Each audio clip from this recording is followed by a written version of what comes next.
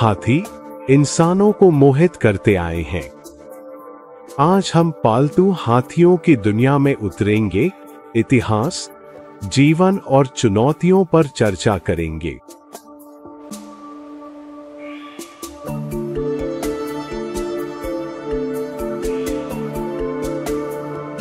हाथियों की 3 अलग अलग प्रजातियां होती हैं: अफ्रीकी सवाना हाथी, अफ्रीकी वन हाथी और एशियाई हाथी।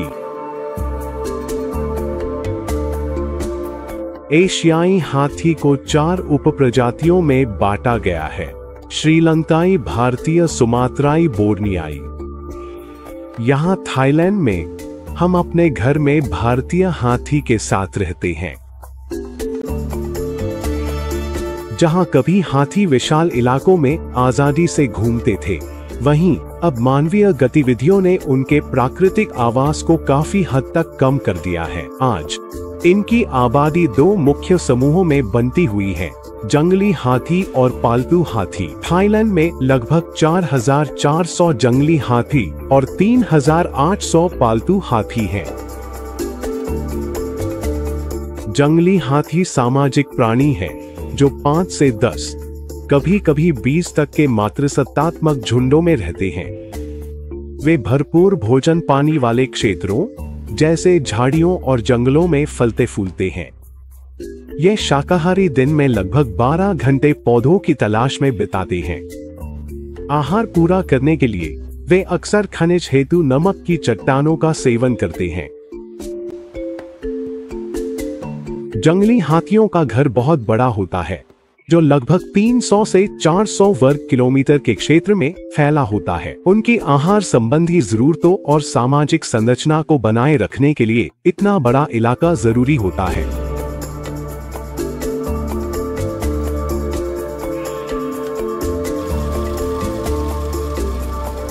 मनुष्यों और हाथियों का संबंध हजारों साल पुराना है।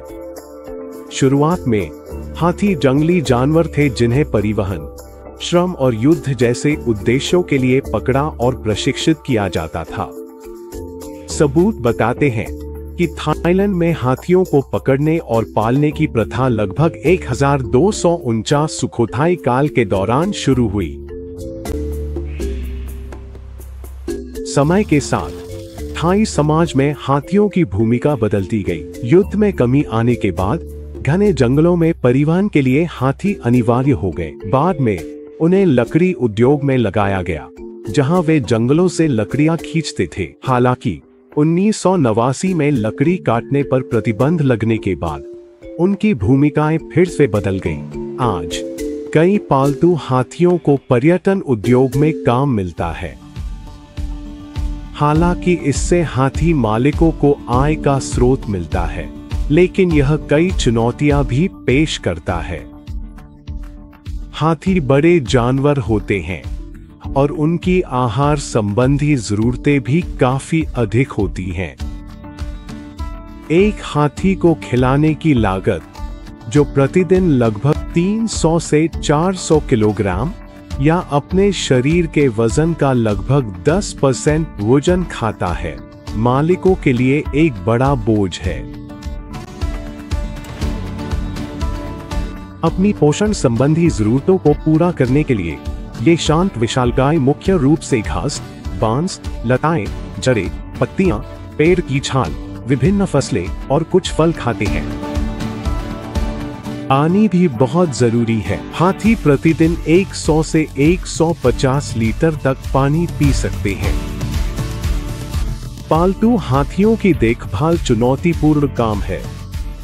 हाथी पालक उनकी भलाई में अहम भूमिका निभाते हैं। वे हाथियों को खाना खिलाने, नहलाने, चिकित्सा देखभाल देने के लिए जिम्मेदार होते हैं। हाथी बुद्धिमान और सामाजिक जानवर हैं, जिन्हें मानसिक और शारीरिक उत्तेजना चाहिए। नहलाना, कीचड़ में खेलना और इंसानों के साथ मेलजोल उनकी भलाई में योगदान करता है। हाथियों की त्वचा नाजुक होती है, जो धूप और कीड़ों के प्रति संवेदनशील है।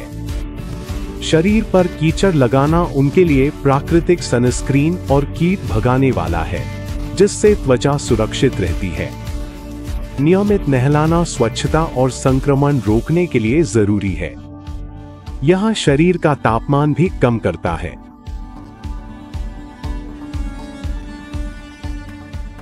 क्या आप जानते हैं कि हाथी इंसानों की तरह अपनी त्वचा से पसीना नहीं निकाल सकते? उनकी मोटी त्वचा गर्मी को बाहर निकलने से रोकती है। वे केवल अपने नाखूनों के आसपास की क्यूटिकल से थोड़ा सा पसीना निकाल सकते हैं।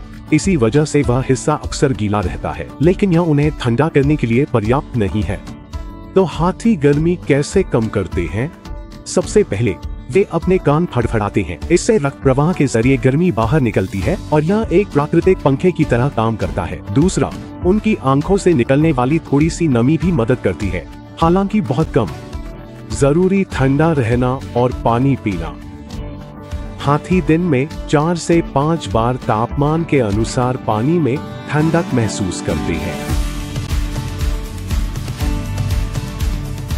अब हम उनकी त्वचा को क्यों रगड़ते हैं? त्वचा को रगड़ने से हमें कट या त्वचा की समस्याओं की जांच करने में मदद मिलती है। यह परजीवियों और संक्रमण को रोकता है। यह त्वचा के नीचे छिपे लार्वा और खून चूसने वाले कीड़ों के लार्वा को हटाकर परजीवियों व संक्रमण से बचाता है।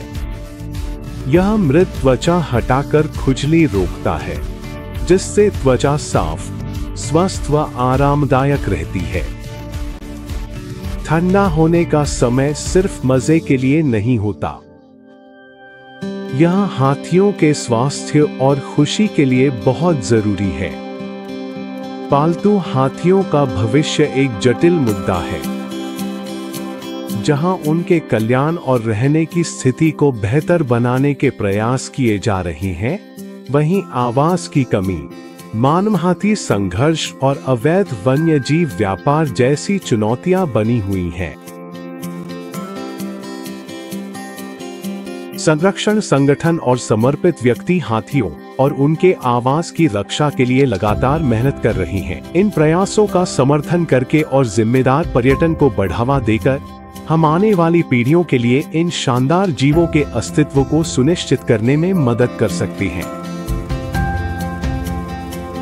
दक्षिणी थाईलैंड में हमारे हाथी संरक्षण केंद्र में आपका स्वागत है, जो एक छोटा पर्यावरण के अनुकूल अभयारण्य है और हाथियों की देखभाल में 160 वर्षों से अधिक का पारिवारिक अनुभव रखता है। पशु कल्याण हमारी सबसे बड़ी प्राथमिकता है। हम ऐसे नैतिक पर्यटन में विश्वास करते हैं जो वास्तव में एशियाई हाथियों के भविष्य का समर्थन करता है, जिसकी जड़ में करुणा और सम्मान है। हम क्रूरता के सख्त खिलाफ है और हम बेहतर देखभाल, गहरी समझ और आजीवन सीखने के लिए प्रतिबद्ध हैं। हम अपने नैतिक हाथी पार्कों के नेटवर्क के माध्यम से संरक्षण, शिक्षा और प्रेरणा के लिए काम करते हैं, ताकि एक ऐसा भविष्य बनाया जा सके जहां हाथी और इंसान दोनों साथ साथ फले फूले। हमारे हाथी संरक्षण केंद्र में हमारा मिशन है कि हम हाथियों को सर्वोत्तम जीवन गुणवत्ता और पुनर्वास के लिए एक सुरक्षित, पोषक वातावरण प्रदान करें। हम इंसानों और हाथियों के बीच गहरे, अर्थपूर्ण संबंध को संजोते हैं, जो इस जगह को वास्तव में अनोखा बनाता है। यहाँ आपको इन शांत स्वभाव वाले विशालकायों के साथ एक शांत, प्राकृतिक वातावरण में अविस्मरणीय यादें बनाने के लिए सादर आमंत्रित किया जाता है। हाथी अस्पताल। हम दक्षिणी थाईलैंड हाथी फाउंडेशन या STF का गर्व से समर्थन करते हैं, जो एक UK पंजीकृत चैरिटी है और हाथियों के स्वास्थ्य और कल्याण के लिए समर्पित है। STF दक्षिणी थाईलैंड में हाथियों के लिए मुफ्त पशु चिकित्सा देखभाल प्रदान करता है, जिसमें फांग नगा प्रांत में उनके अस्पताल में एक पूर्णकालिक टीम और दूर दराज के क्षेत्रों में हाथियों तक पहुंचने के लिए एक मोबाइल क्लिनिक है। आपकी यात्रा के धन्यवाद। हर प्रवेश शुल्क का 3% सीधे STF को जाता है, जिससे बीमार या घायल हाथियों को आवश्यक उपचार मिल सके। अधिक जानने के लिए southernthailandelephants.org पर जाएं। थाईलैंड में आम तौर पर अगर आप किसी हाथी को जंजीर में या बंद देखेंगे, तो कृपया घबराएं नहीं। ऐसा कभी भी बिना वजह नहीं किया जाता, और वह वजह हमेशा हाथी की सुरक्षा होती है। कभी कभी वे बीमार हो सकते हैं या मस्ट नामक हार्मोनल अवस्था से गुजर रहे होते हैं, जिससे उनका व्यवहार अप्रत्याशित हो सकता है। यहाँ तक कि प्यार से पाले गए हाथियों में भी जंगली प्रवृत्तियां बनी रहती हैं। ऐसे मामले कम होते हैं, और हम कोशिश करते हैं कि ऐसी नौबत ना आए।